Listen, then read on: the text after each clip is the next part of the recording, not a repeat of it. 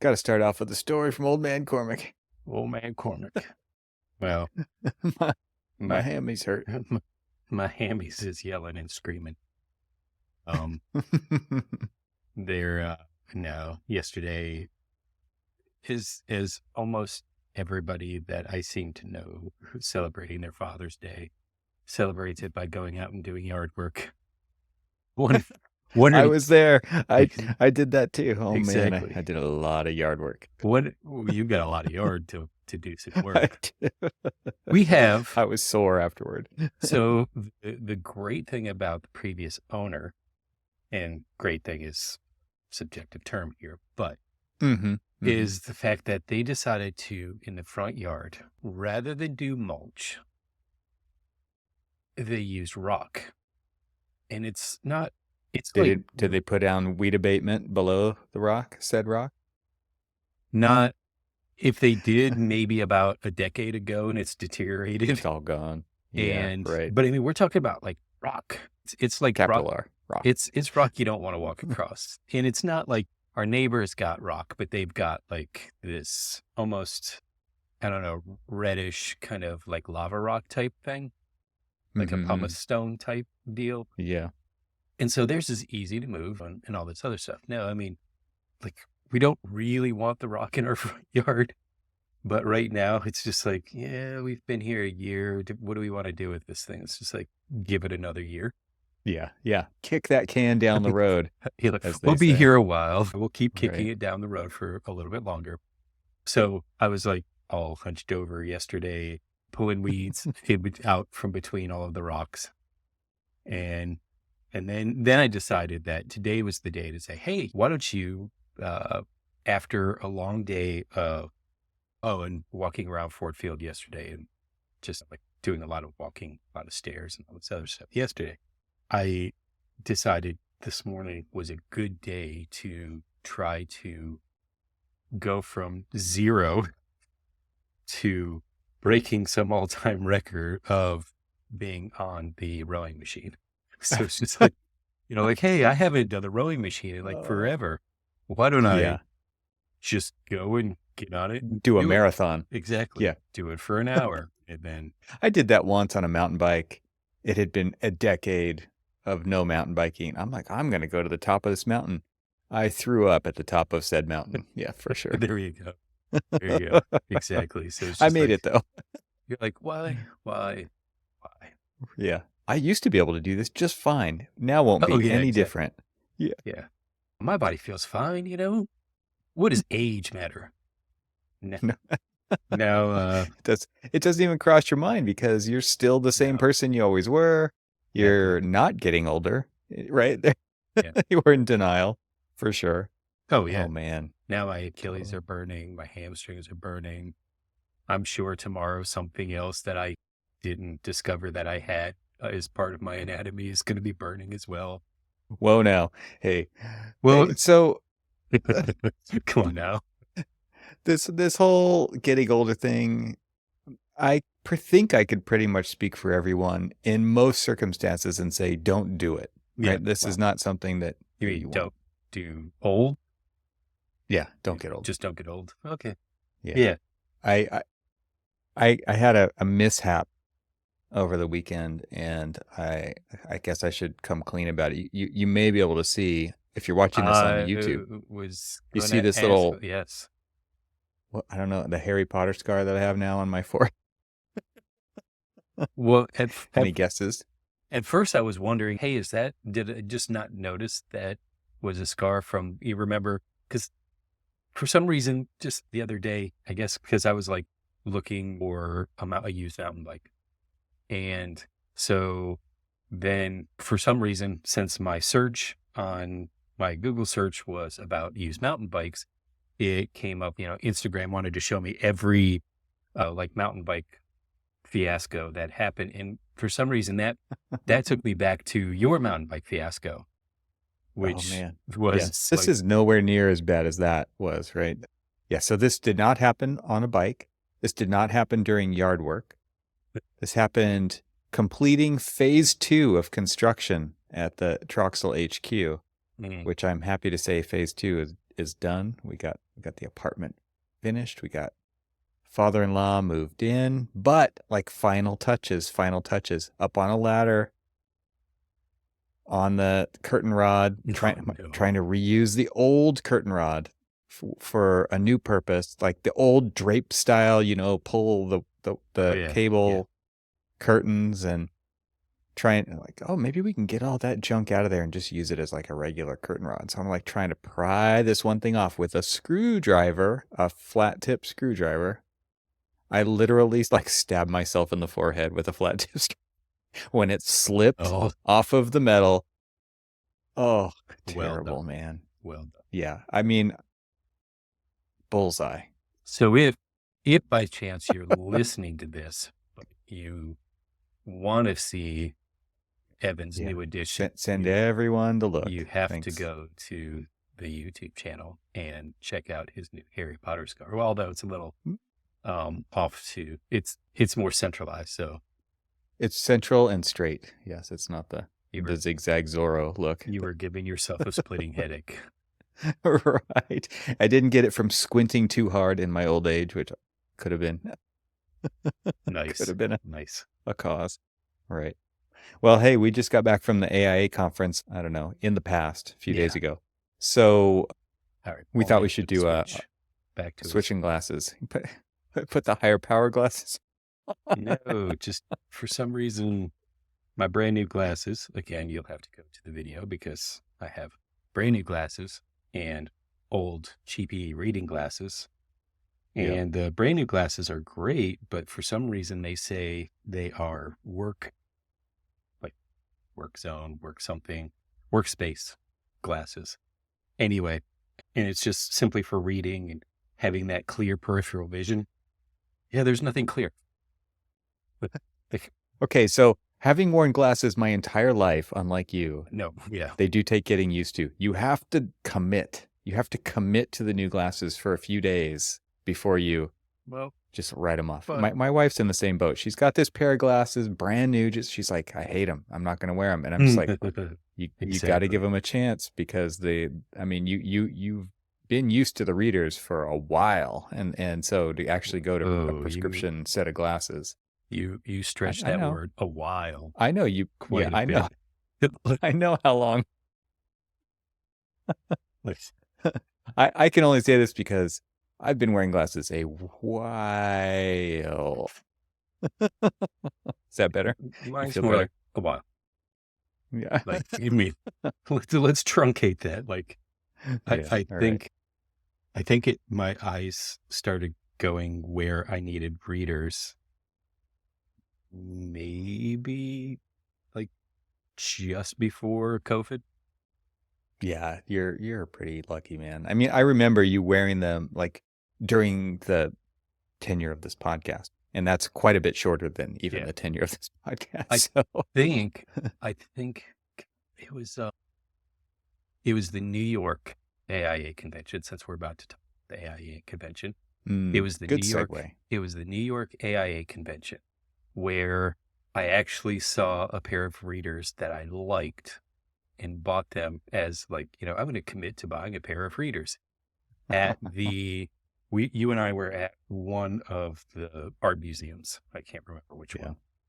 And I was just like, ooh, those are cool, and bought those. And that was like the first official time that I accepted the fact that I needed readers in public. Well, how long was it between the purchase and the actual wearing? I actually literally started wearing them. Like, you just went straight to it. I went straight to them because I guess another thing is that, so those first pair that I bought were Wayfarer style, and I've pretty much bought Wayfarer style ever since. And these are, I should give these to you for your new Harry Potter scar. They're more rounded glasses, and they are more rounded, and I have to get used to that as well. Yeah. It's a different style. I wanted to get some Archispecs. Yeah, you did it. Look at you. And they're green, transparent. They're weird. A little bit weird is nice. It's a good trait for architectural glasses. Absolutely nothing about me says weird. Oh, wait. Sorry. Oh, wait. Back that up. Rewind. Who are we talking about? Yeah. Redo those. Everything about me screams weird. So So yeah. Well, we're all weird in different ways, Cormac. So don't feel like an outcast. Well, I'm not. I'm gonna say that I'm weird in every way. Yeah. Well, we just, like we said, we were in San Francisco for many days, and the San Francisco AIA Conference, another, I would say, successful conference, Oh yeah, yeah. weather-wise. Somebody actually said every time I go to an AIA conference, the weather's bad. I'm like, what are you talking about? Like, I can't even remember a bad weather AIA conference. Honestly, no. I mean, I'm thinking, let's see, Philly, awesome. Atlanta, great weather, but it's Atlanta. It was hot. We skipped out on Orlando. I didn't go to the last Chicago one. DC was great weather. I'm just like rattling off like all of the ones that I can remember. Well, Vegas was great. The last Chicago one, which is the most recent one, last year was great. We went on that riverboat tour, and it was incredible weather. Yeah, it was like absolutely beautiful. Right. So I don't know what they were talking about, and I thought San Francisco was great. I mean, there was nothing to complain about. What was it? The last day, like when I was driving you to the airport in Chicago, it started to rain. That was literally it. So like, I mean, which was fine. Everybody was leaving, right? So right. Yeah. I honestly can't think of one. I mean, Florida's Florida, so you're going to get Florida weather. So I honestly, maybe if that was like the only one they were at and didn't expect that in the middle of the afternoon in Central Florida, it was not going to rain. Well, guess what? Yeah. It's Central Florida. It's going to rain. Like clockwork, you can literally set your watch to it and it'll rain, but it'll only rain for like maybe 15 minutes and then it'll be perfect weather. That's usually the time you go to Disney and then like line up properly at the lines and everybody flocks to I'm doing a PSA for Disney now for some reason. I think the PSA for Disney is go to Disney and stand in a line. That's what it sounds like. Go to Disney. Many lines. Go to Disney. Ride all of the rides that aren't packed. And then the ones that you really want to ride, wait till around 5 in the afternoon. This is, again, Central Florida. It's going to start getting really dark. It's going to get stormy. It's going to rain. Heavy rain, too, for all of about 15 minutes. And everybody's going to start scurrying for the gates. Like, oh, no, my day's ruined. Okay, bye. Because guess what? You guys got out of the line that I want to get into. I did that like Space Mountain. I rode Space Mountain so many times because there was no line. This is the Disney Travel Hacks segment with Cormac. Right. There you go. Not a sponsor. Not a sponsor. Although I would take some Disney money. I'll take it. Yeah. Yeah. If you're interested, give us a call, Disney. So I also, maybe we should just start off and say the overall kind of value of going to an AIA conference that as we see it, so that we can have that little preamble in here, because I think there's a lot of people out there who don't go to the show. I think there were 15,000 architects at the show, or I'll just say 15,000 people. Definitely not all architects, but 15,000 was the number that I saw in the follow-up email from AIA. And then I saw that there were 475 booths in the expo hall. And so just those are some big round numbers, but I think not the most well-attended conference on architecture, but pretty good. And it felt like there was a lot of architects descending on San Francisco all at one time. Yeah. Everybody walking around from Union Square to Moscone had the 823 badge for the most part, and it was very busy. But what are the overall kind of general feeling about why even go to a conference like this from your perspective? Well, I'll get the sarcasm out of the way first. Is that definitely as we were coming into town, both starting from the airport through the BART ride in and kind of debarking, and you just saw more and more people dressed in black. It literally looked like we were at a cult convention. It was just like, yeah. Well, you sent the meme of the the picture of people at a funeral and then architects on a job walk on a construction site. Yeah. And there was no difference in the way Exactly. that, right. No, but so the value, first and foremost, one of the great values that over the years, and one of the reasons why I and we have always gone to these and attended these, is the networking value. Not just networking with our peers, networking with manufacturers, networking with also, we got a chance to meet and talk to a lot of tech side of people, more so because of your relationship with on the tech side of things, but we got to see a lot of what's coming next, which I thought was great. But, networking is really important in architecture for a variety of different reasons. I don't know how many people I've met through the architectural community, the AIA community, the conference community, that when I have friends who are saying, I'm moving to San Francisco or I'm moving to California, do you know anybody there that might be hiring? And so being able to kind of dive into my network of people that I've met throughout the years has actually helped a lot of people get a job.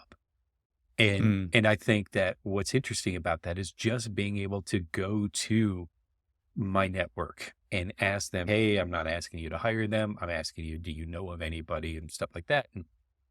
And just, I'm shocked, to be quite honest with you. And yes, contrary to popular belief of me and you sitting here now for the past, 11 years talking about architecture, I'm pretty introverted. And I don't naturally, I'm not going to walk up, hey, Cormac Phalen, how are you doing? Evan? Those kind of things. And I have built a huge network of people that I know. And somebody was like, hey, I'm moving here. Oh yeah, I know somebody there. Check him out. Or, I'm going here, or I'm going to visit this, or I'm going to do that. And for some reason, I have this mental Rolodex of tons of people. And so honestly, I would say that the thing that draws me to these conventions is the networking opportunities that we have. Yeah. I think the word I would use is community. It's like relationships. It's networking sounds kind of, that does. Sounds a little weird. And I think that even most people early 2000s. Well, and it sounds kind of like salesy or something. I don't know. It's just one of the, but it's not you don't mean it like that. I know you don't mean it like that. I think one of the funny things about you finding the value in the AIA show, and I'll just rephrase, I'm going to paraphrase you, is that other people find value in sending you to the show. They get the value out of it. There you go. When they're looking for a job or a firm, they come talk to you because you go to these events and you've built the network. So other people benefit from it. That's pretty funny, but I know what you mean. You built the community, they profit. Yeah, that's how it works. Why don't I profit? I want to profit. Well, I need to start, having them cut a check every time. You need a finder's fee. There you go. Yeah. You need a finder's fee. Yeah. I'll talk to you if, here's my fee. So totally agree on the networking side of things. Again, this year and last year were different than my previous times going, because for me, it was being in one booth the whole time on the expo hall floor at the tech booth. And a lot of people are coming to visit, and a lot of people I was recording the whole time. I did a bunch of interviews for the Peopleverse podcast, which you could look up. And if you want to start watching those episodes come out, just check out and subscribe to Peopleverse. But the idea there was that I'm there because the work that we do at Tech is very much surrounded or in the middle of these two communities of building product manufacturers who are the ones exhibiting in the show, and then the architects who are coming to visit and potentially interact with those people on the show, on the expo hall floor. And so it's the perfect convergence for the company that I work for. And so I've also built this incredible network of community members from the old Architalks blogging and Twitter, the things that how we met originally back in the day. And that's just continued, and it's expanded because people know people and they make introductions and people are there. I mean, that to me is the biggest value, is that it's where the people are. And there aren't too many times when you can go visit that many people in your industry in one place. Like the other conference that you and I have gone to repeatedly is the Monterey Design Conference, which is much smaller, more focused on design. So it's very much like the architects kind of a vibe there. And it's totally amazing setting. It's never in a big city. It's always at the same place in Monterey on the beach, and very different. But this one is like everyone's there for the most part, everyone who's anyone. And if you don't go, you're not, you need to be somebody and come next time. But the idea of it is, I think, well, not the idea of it, but just going, and it really is kind of fulfilling to meet up with people. And it is a reunion of sorts for the architectural community. Even for the people who just lurk on the outside, it's a great opportunity to get in and meet people. So one of the great things, and it's really happened almost every year, I will have met somebody that has been a part of my community for the better part of almost a decade and a half. And, but only online. Only online. And we have this relationship, this conversation that always happens. And then you meet them in public for the first time. I met, a friend of the show for the very first time, and we've conversed again for like almost 13 years. And I met up with him finally face to face.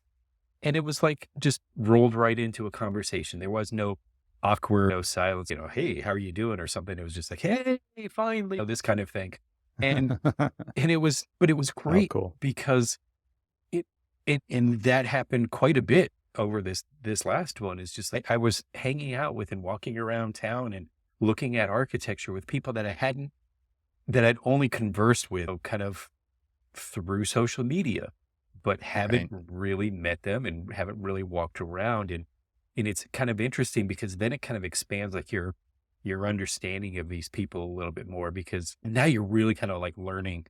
Because I'll say that one of the people that I met up with, I had a slightly different impression of the person, only because it seemed like they were a little bit more boisterous, maybe online or something like that. Absolutely not the case. Very grounded, very cool person, just very earthy. It was far more comfortable meeting them in person. And any impression that I may have had just off of like things that they say online or whatever else was completely just like abolished, because it was like, yeah, you're one of our tribe, and that's what was great. And then just other things that I think that I spent a lot of time on the floor on, I can't remember which day it was. I think it was the first day the floor opened. While you were working on the floor, I kind of like walked around and just try to meet up with people that I had talked to through just manufacturers, learned a little bit more about some of the materials and things like that. There was an interesting one actually right next to your booth, the Glengarry booth right next to yours was really interesting, because there's so many times when we're doing adaptive reuse that we're always looking for a lightweight structural facade solution. And this last project that I did in downtown Baltimore, the existing conditions couldn't support a facade that was greater than, I think, 12 PSF or something crazy. It was just, it was a crazy low amount of weight that it could support. And so we went through a variety of different things and had even looked at thin brick. And at the time, thin brick hadn't caught up to what we really needed to really be kind of a high performance rain screen system. Sure enough, as they're setting up, I'm watching them. I'm like, hey, what's that? And at a private tour is when I don't know if you noticed, but I stopped helping you set up and I just kind of like wandered over there for a second. And we didn't notice. And just started chatting with the guys and, hey, talk to me about this. And then I came back. Somebody from my firm was actually there, actually one of our exterior envelope specialists. And it was great to see him, because now that I'm in Detroit, I don't get to see, and he was like the principal in charge of this particular project that I'm talking about. And so it's just, oh, I met the Glengarry guys yesterday and I really want to talk to them, but I want to talk to them with you because I want to have the conversation that you and I have about high performance rain screen systems with these guys so that they can kind of answer some of the same questions that we always have about some of the systems. It was kind of cool to like actually be able to do things like that. Right. I actually used it somewhat to my advantage for once. Wow. Yeah. Yeah. I mean, that's kind of a cool opportunity to, if you can do a little bit of homework ahead of time and pick out, because one thing that definitely happens is when you're walking from here to there, you stop 45 times meeting people on the way. Or you're hungry, or there's a bathroom stop involved, or you need to refill your water bottle, or there's puppies, and there's a puppy petting station, or there's all these different distractions. Is actually just like using the internet, right? When you're trying to find something. But you could potentially like map out a travel path and do a masterclass in materials in 1 or 2 days, and you could learn so much for your current projects because everybody's there at the right time. They're not scheduling lunch and learn 6 months in advance when it doesn't matter anymore because it doesn't work for this project. So it's great from a manufacturer standpoint too, because look at all these architects who want to learn about new stuff. Absolutely, I mean, architects all want to learn about new materials. But what do you do the other 363 days a year, right? That's a question that I like to ask manufacturers because I'm in the business of connecting them to architects at Tech. But this idea of everybody being in the right place at the right time, it actually can work for everybody's benefit. So it is kind of cool for that too. But I don't think that's why architects really go to the show. I don't think they go for the expo. I think that's just like a side thing that also happens to happen at the show, but it's not the main reason why people go. So I will say that I did use the AIA's A23 app, and not only gave me like all of the different things that I'd signed up for, but then you could also map out like what manufacturers you want to see, where their booth is, and it'll kind of give you a little interactive map, which was kind of cool. If I were to give myself a score of how many of those people did I actually see, it's not a very high percentage. If I got to 50%, I would be surprised. Puppies, on the other hand, I got to the puppies. I got that was not on the itinerary, but it was not on the itinerary. We saw the puppies there, and we had to stop. It didn't help that. Let me just say kudos to whoever laid this out. There was the puppy station right next to the mimosa station. I mean, that works. Mimosas and puppies. How can you go wrong? Right. There's nothing to complain about there. Nothing to complain about there. And the guy, because this was actually a porcelain tile manufacturer who was doing the mimosas, and it's actually somebody who's in my current specs for some of the interior finishes. And so I wanted to go over there and just kind of like talk to them ever so briefly. However, so what you're saying is you got special treatment and it was a 2 mimosa visit. What was absolutely funny You're about already that, in my spec. Yeah. What was absolutely funny about that is this definitely wasn't a special treatment thing, but dude making the mimosas was heavy on the mo and very light on the sasas. Whatever the hell that just means. Just put it this way, like if this was the glass, and so go to the video, because like if this was the glass, this much of it was the champagne. And I think the orange juice was just for coloring.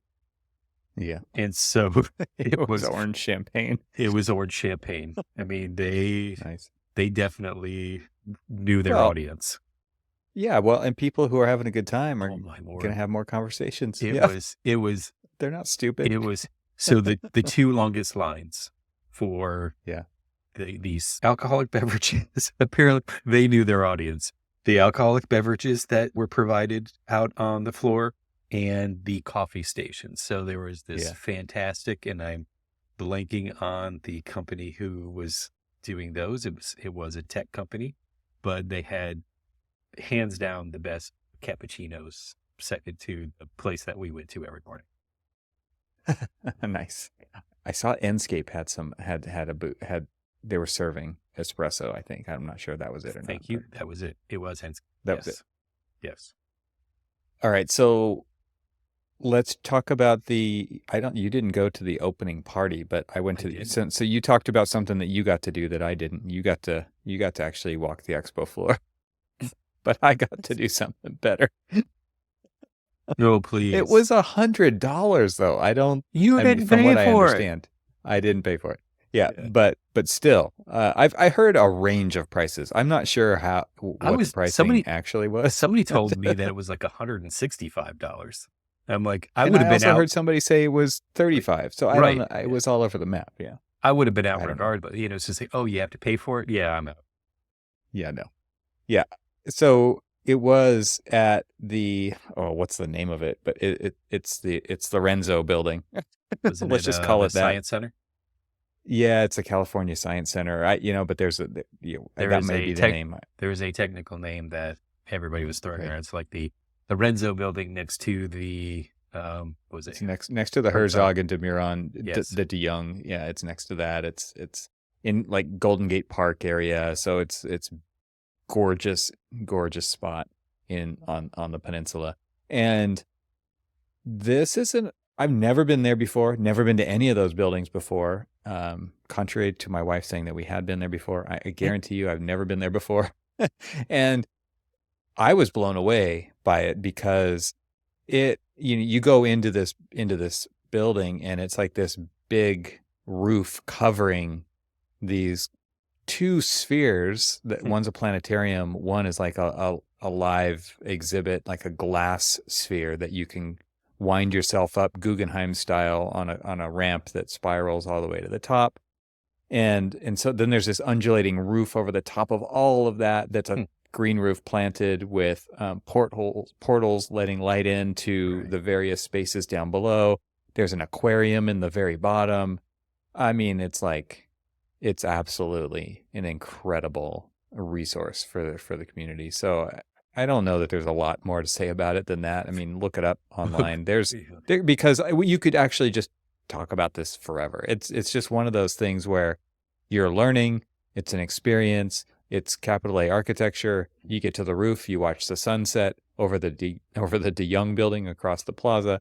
It's like, it's kind of like your what's not to like about this? There's just it's one of those experiences that I thought was absolutely the perfect way to do an opening night reception in a city at an AIA conference. So they picked the right spot. It was really cool.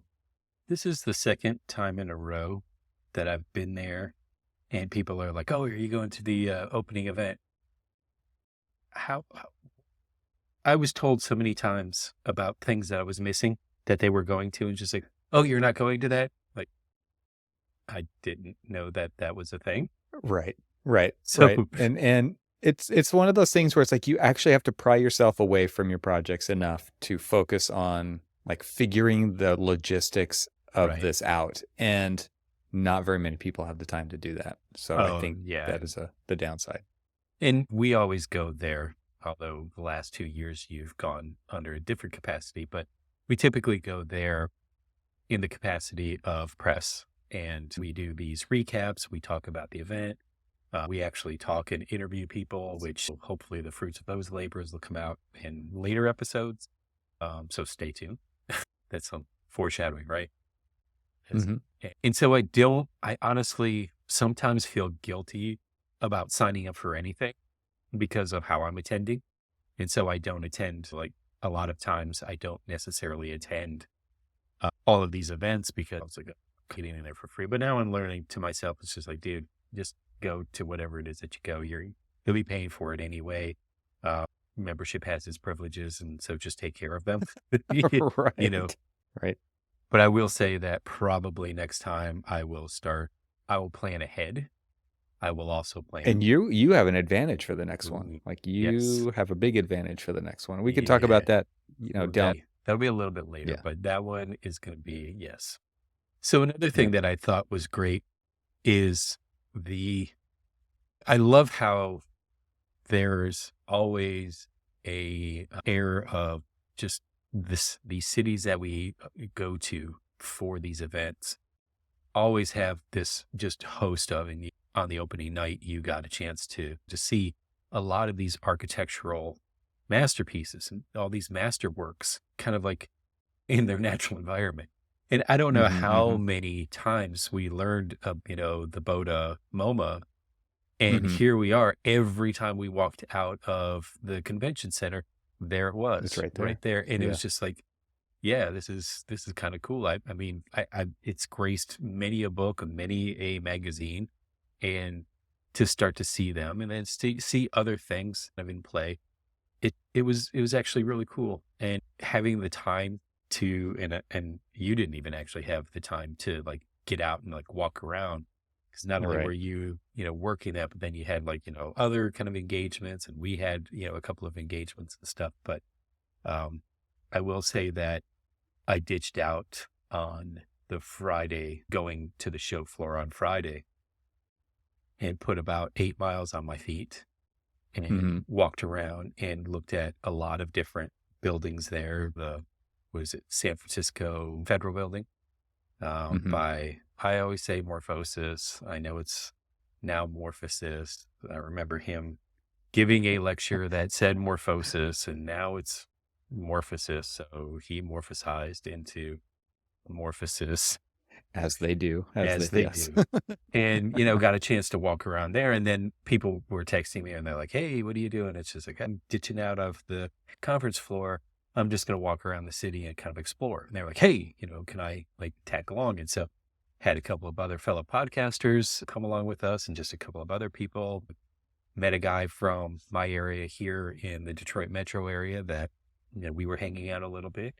And so had an opportunity to kind of like just meet up with every handful of people and just like walk around and start looking around and explore. And it was kind of fun because you said a couple of the destinations were the bookstore. They have this wonderful architectural bookstore, which I will find and put the link in the show notes, because for some reason I'm currently blanking on the name of the bookstore. That's how it goes. But it's one of these, if you walk in there and you look at the prices of some of these books, and that you have them in your library, and you're like, wait, that book is worth how much? Because only there, my friend. Well, exactly. Because I was just like, can I sell this to them? Because I don't think that I've cracked that book open in at least a decade. And here they're selling it for $800. And I think I bought it on a subscription. So I don't know how many books I got from that. And sure enough, I was looking at all of these books, and I will say that the books that you have that I've had sitting in my Amazon wish list, kind of hoping, I guess it's more of a wish list of like wishing that maybe my wife or my kids would catch the hint and buy them for me. They're actually cheaper at the bookstore. So the case studies book that you have. And that, I don't know if you have it or we talked about it at one point in time, but the Neutra book, the really big thing. I've got that one. Okay. Yeah. So both of those were only $60. And I was just like, I want to walk out with them. How much are they on Amazon? I think they're like about, so you say they're more? They're easily like $20, $30 more. Well, I think I paid $60 for those back in the day on Amazon. I will say, I think, they've gone up. Yeah. But I will say that the only reason why I didn't take them is because they're heavy. And, and there was no way I was putting them in my carry-on. Carry-on was probably already ship them for you. Yeah, but then they're back to like the Amazon price, and so why? Why? Yeah. Well, because you're supporting local business and us. This thing in the community that's existed for so long. I mean, they actually honored the owner of the bookstore at the last MDC. Oh, I yeah. think he finally retired. Yeah. Oh, well, Yeah. Pretty I cool. mean, it's a beautiful space. You go in there and it feels like you're at home.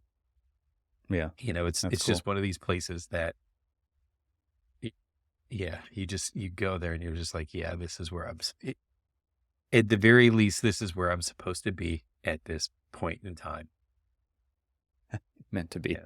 Yeah. It was just, Well, let's talk about one of the other big things that happens at the AIA conference, which is AIA business. ooh, AI business, You yes. got to participate in some of the AIA business. So, but Well, there's a lot of delegates and voting, and Yeah. there's new officers being voted on and roles being filled. And I didn't get to participate in any of that this year. So I know that you did. You Oh, were the only thing, no, you the only were thing that I actually wanted to make sure that I did above and beyond any of like that stuff that you're talking about is really just kind of listen to and learn about the process of leadership in AIA, the AIA Pact, all of these different things. And I went to a lot of things that I normally wouldn't have gone to. Sat in on the caucuses and listened to all of the different candidates and listened to basically everybody's impression. And it was really interesting and really kind of eye-opening to listen to all of the different the candidates, Mhm. as they're presenting their positions to all of the delegates. And really, there was such this interesting difference between all of the different people who are running for the at-large positions, for people who are running for the presidency, really kind of learning about, and I've done this a couple of times. I swear I probably never paid attention in the past, but really starting to get more interested in what really does. And I think it was because of my involvement with AIA Maryland, working on the legislative committee, listening to that over the course of the past couple of years prior to, moving and, really just saying, okay, because we sit there and we always talk about what does AIA do and what does AIA do for us, right? And 9 times out of 10, most people are just like, oh, I don't really. Even some of the candidates were a little like, it's hard to explain, but some of the candidates were basically sitting there saying, oh, well, if you don't really think that the AIA does anything for you. And it was more like they were knocking the positions that they were running for. I'm like, Well, they were kind of piling on to the comments that were coming from they were. the audience. Yeah. They were. And so what was very interesting about that is just though there were so many different people who were like, I hear you. Some of your biggest concerns are the fees for both your AIA membership dues and the fees to, come to this conference.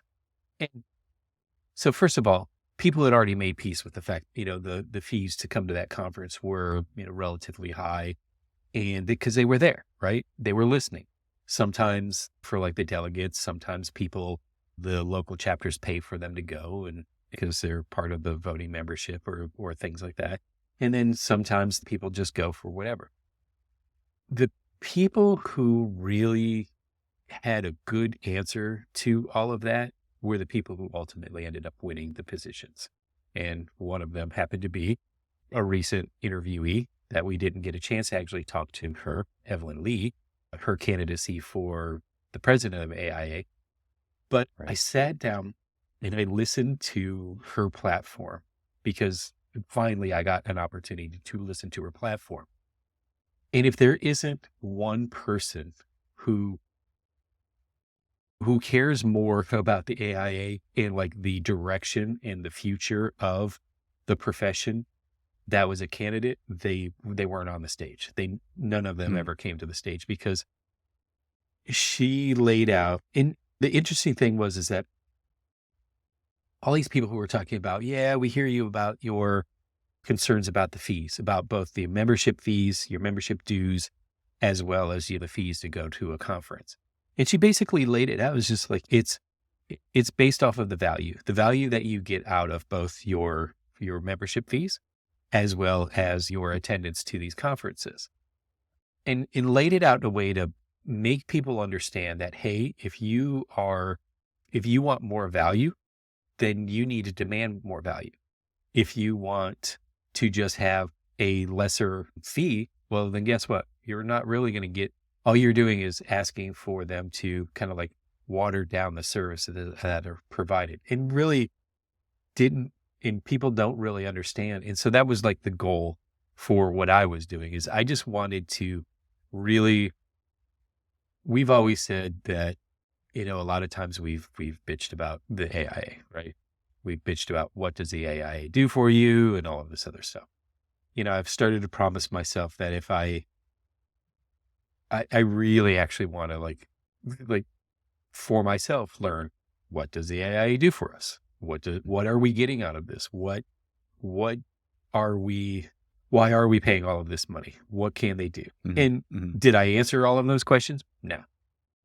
Still got to keep asking the questions and still got to keep learning. But do I see the value in attending conferences? Absolutely. Do I see the value in a membership? I do. Not 100%, but I do. I'm learning. I'm getting there. And so that was really actually the goal. And so, really, listening to the candidates, listening to what people are identifying as the problems in architecture, in the architectural organization, and they feel like they can do and accomplish, what the Archispeak, I think that's what it's called, Archispeak, what they can do for us, and what the issues that they, stand for. I mean, we've had obviously some interesting, because we've had some conversations about it in the past, about the, things like these tone deaf letters that sometimes the AIA puts out when this moment of national crisis, and we respond and they respond, and you're like, whoa, that's really the position we're going to take. And these are the things that I wanted to learn more about. It's just like, okay, what goes in the decision of doing that? I mean, did somebody say, hey, here's our publicist, and our publicist says that we should say this. And it's like, is that really the message that you think that our, I don't know, what is it, 80, 90,000 members really want to hear? And so those were the kind of things that I wanted to learn about. And so for the first time in a very long time, I wanted to actively listen to what the hell AIA is doing, and actively listen to what I could potentially do to be a part of it, or maybe not, or all of those things. Yeah. Well, and congrats to Evelyn, who won the vote. And I think what's interesting to me from that point of view, just thinking about it at the bigger picture, is that Evelyn is architecture adjacent. She has been for quite a while now. So what that means is she works for Slack. She doesn't work in an architectural firm or office. And she, I'm totally like tearing up here. No, I'm not. I'm just choking.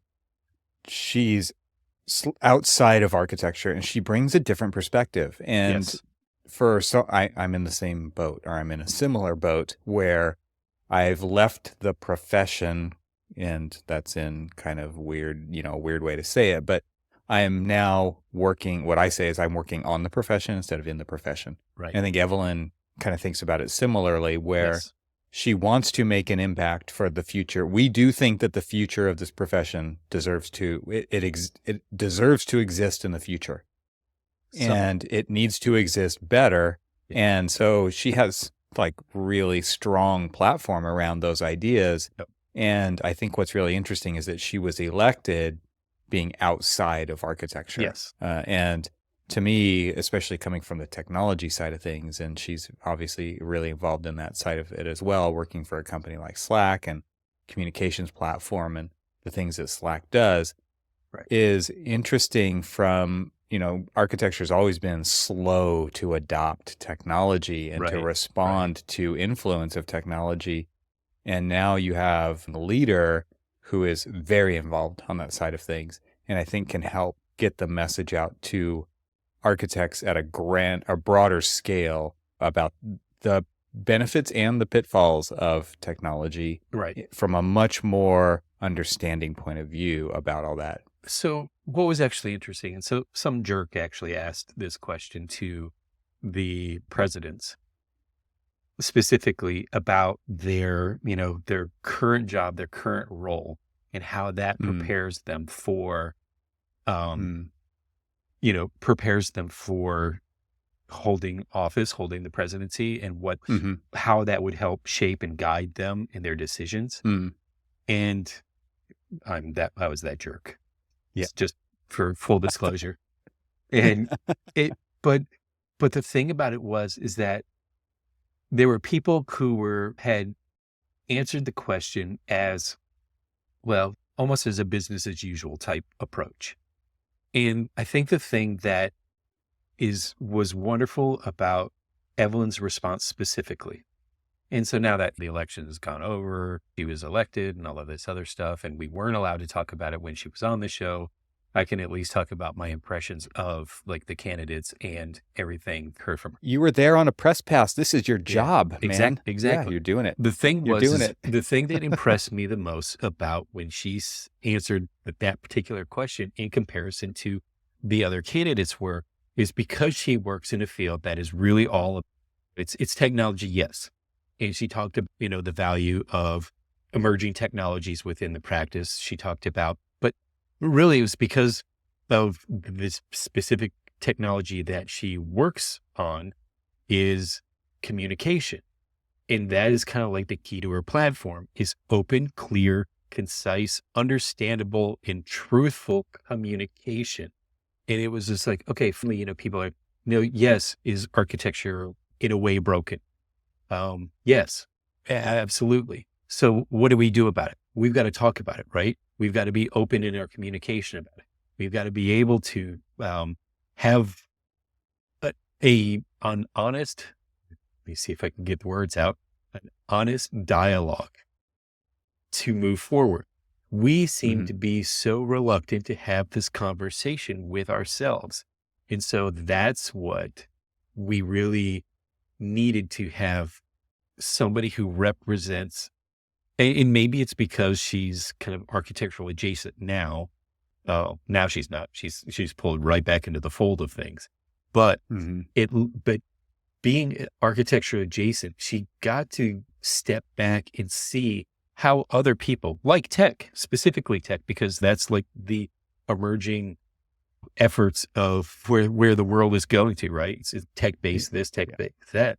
So to really sit there and have this conversation perspective of how other industries are dealing with these similar problems, these similar communication issues, that's what I think is pretty amazing about like the platform. It's just like other people aren't afraid to have this conversation. Other people confront this conversation head on. The thing that we've seen architects, that architects don't do is confront head on all of these issues. We just kind of like somewhat sit idly by and let other people try to solve them for us, right?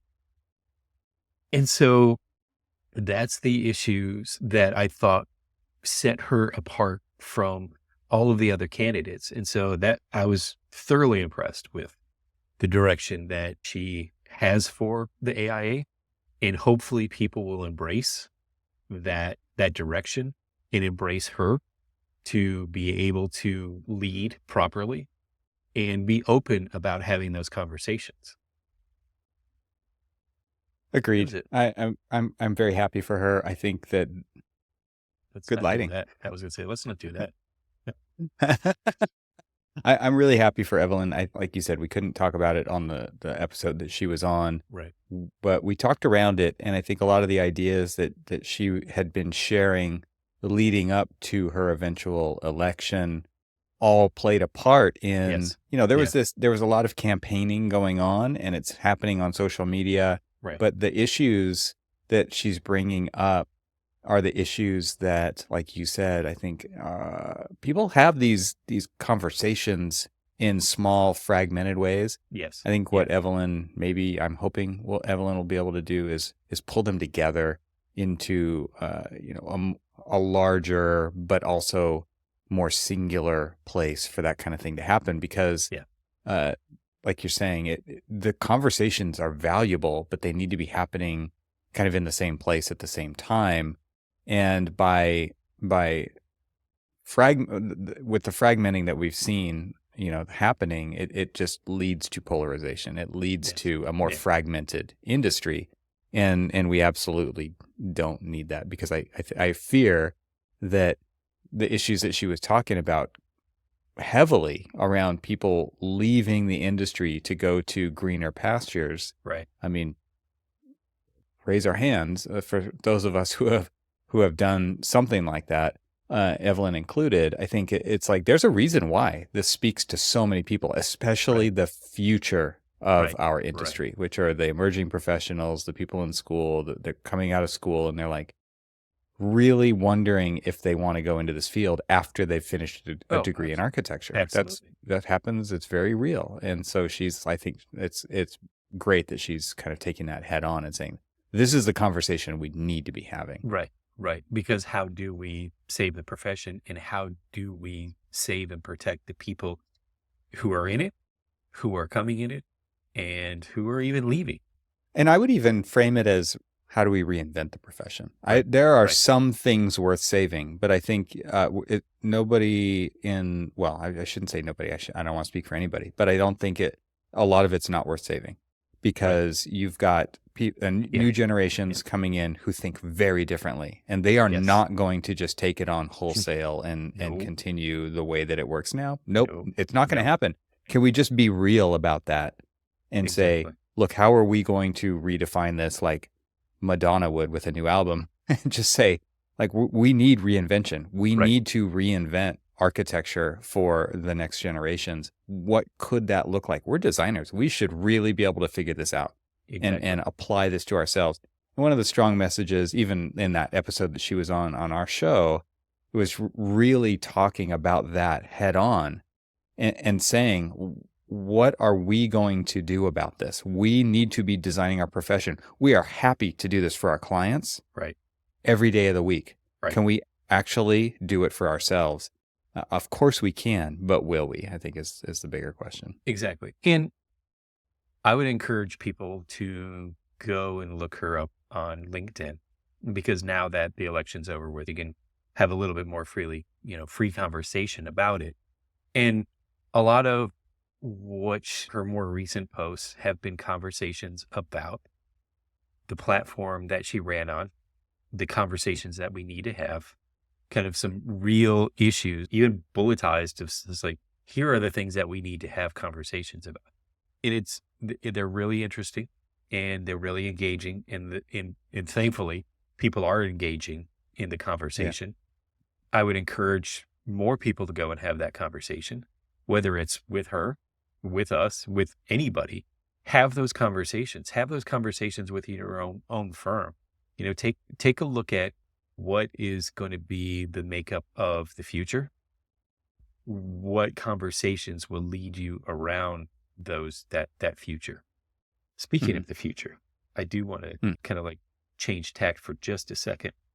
And one of the things that I really found interesting in a lot of the tech-based booths that I visited, Enscape, we talked about, SketchUp. We talked to, I'm just trying to go through my memory bank of like, who did I visit, that I wasn't even with you on. In every single one of them, what is their future? AI. AI is their future. We are not going to be, I just want to reiterate that we've had this conversation before. We are not going to be able to get away from it. And so if we're not going to be able to get away from it, which is fine, we're not going to, but you said it, I heard, I could have swore that it was something that you coined, and maybe it was, and maybe other people. But when I was at an Enscape event right before the show started, and what their offerings are now, and what are going to be some of their offerings in the future, it was quite exciting. And I would encourage everybody to go to Enscape and to their website and really take a look at what the future holds from Enscape. But they said that is AI going to be replacing architects? No. It's the architects who use AI who will be replacing architects. And I hear that more and more. First time I heard it was from you. So I honestly You didn't hear it from me originally, but yeah, I won't take credit for it, but I think I even heard Evelyn say that. So but it's definitely going around. Even before that, thankfully everybody's saying that, because everybody is at least preparing people to make people know that the software that we use will have a component of AI as part of it, whether it's our drafting tools, whether it's our presentation tools. I mean, I've sat there and watched videos, and I thought I was pretty good at Photoshop, but I haven't used Photoshop in a while. And so I've been watching these videos of what Photoshop can do, and like all of the kind of like AI plugins for the new Photoshop. Generative fill stuff. Exactly, the new generative fill stuff. And so, of course, what am I going to do? Open up Photoshop and I'm going to start taking a look at it. And I'm like blown away. It was like, where was this when I was working on a deadline and I spent most of my time having to cut out like a background so that I could create some new sky or something like that?